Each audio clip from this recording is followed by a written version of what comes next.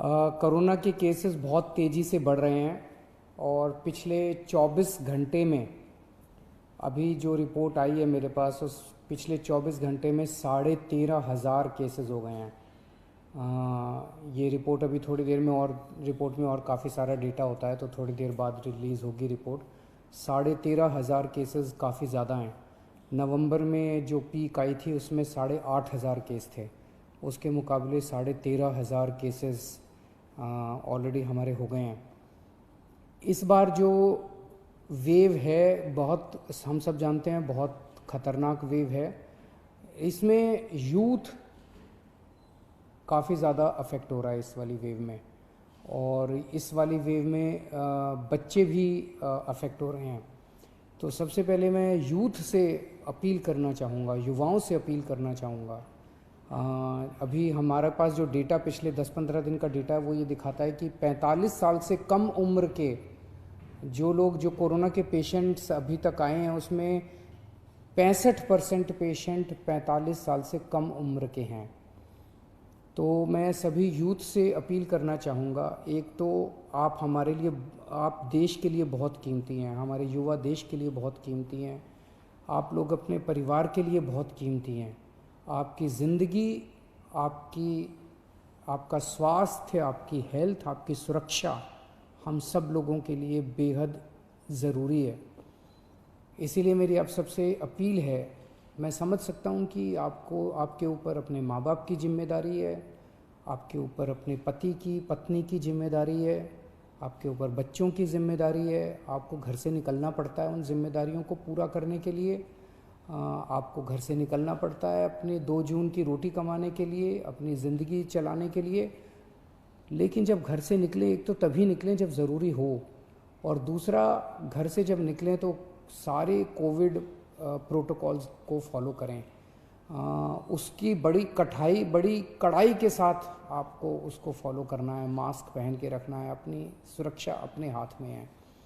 और दूसरा, अगर आप 45 साल से ऊपर की उम्र के हैं तो तुरंत जाके इंजेक्शन लगवा लीजिए। इंजेक्शन सारे सरकारी अस्पतालों में फ्री है, और सरकारी अस्पतालों को हमने, कई सारे अस्पतालों को 24 घंटे हम लोगों ने खोला हुआ है। तो युवाओं से खासकर मेरी अपील है, बच्चों की सुरक्षा हमारे लिए बेहद ज़रूरी है। और अभी CBSE के एग्ज़ाम आने वाले हैं। 6 लाख बच्चे दिल्ली में CBSE के एग्ज़ाम में बैठेंगे। 1 लाख के करीब टीचर्स इसमें शामिल होंगे। ये बहुत बड़े हॉटस्पॉट्स बन सकते हैं, बहुत बड़े स्तर के ऊपर कोरोना फैल सकता है।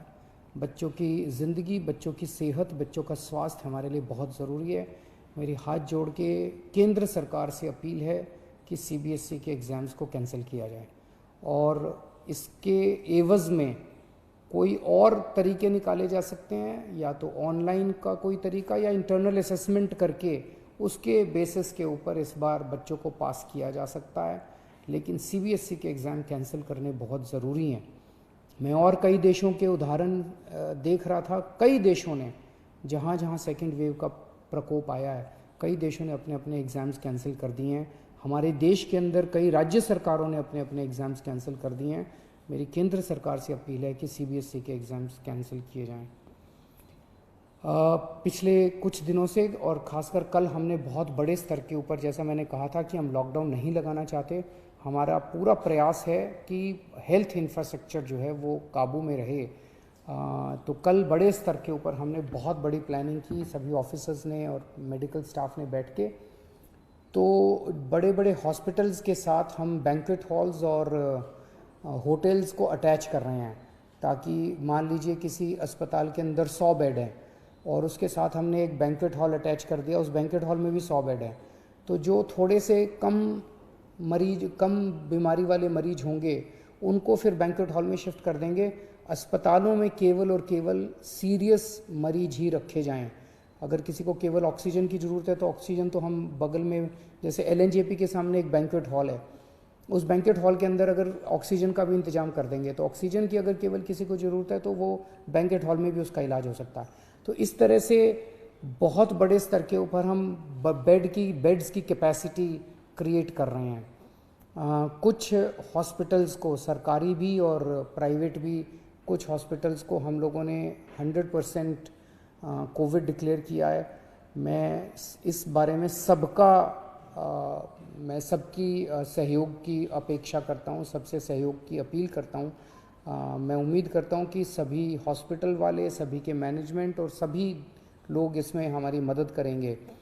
मैं समझ सकता हूँ कि जो दूसरी नॉन कोविड बीमारियाँ हैं, अभी भी दिल्ली में केवल ये 14 नहीं है, बहुत सारे हॉस्पिटल्स हैं, लेकिन दिल्ली में अगर किसी जो प्लान्ड सर्जरीज़ हैं अपनी, जैसे मान लीजिए किसी को नी रिप्लेसमेंट कराना है, किसी को, ये महीना 2 महीना 3 महीना डिले हो सकते हैं।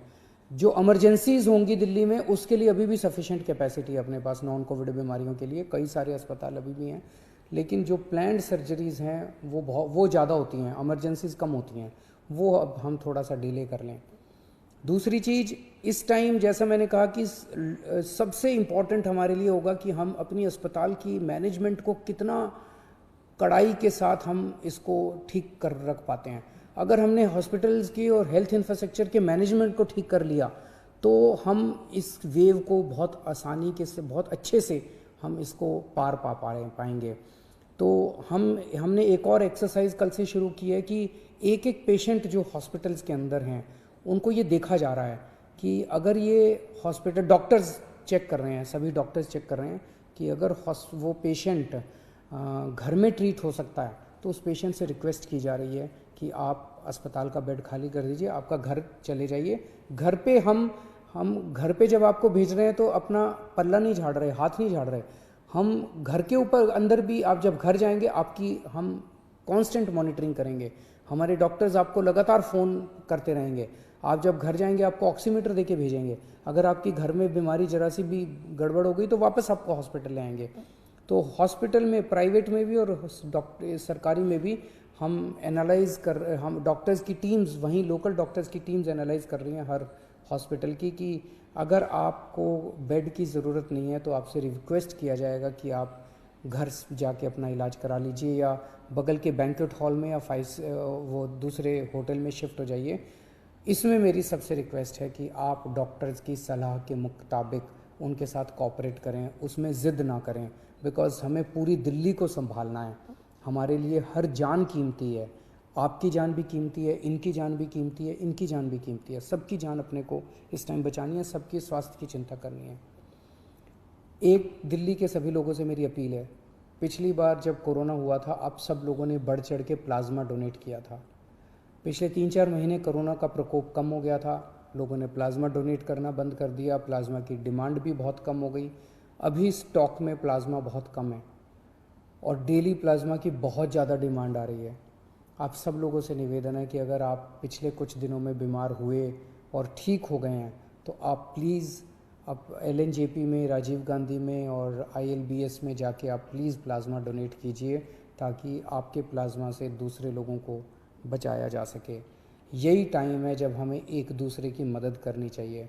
अपना स्वार्थ छोड़ के, चाहे पड़ोसी की मदद है, चाहे दिल्ली में किसी और की मदद है, चाहे देश में किसी की मदद है, हम सब लोग अगर मिल के एक परिवार की तरह, मैं बार बार कहता हूँ ना कि दिल्ली वाले हम सब एक परिवार हैं, अगर हम एक परिवार की तरह काम करेंगे तो हमने जैसे 3 वेव, पिछले 1 साल में 3 वेव का मुकाबला किया था, ये चौथी वेव का मुकाबला भी हम सक्सेसफुली कर लेंगे।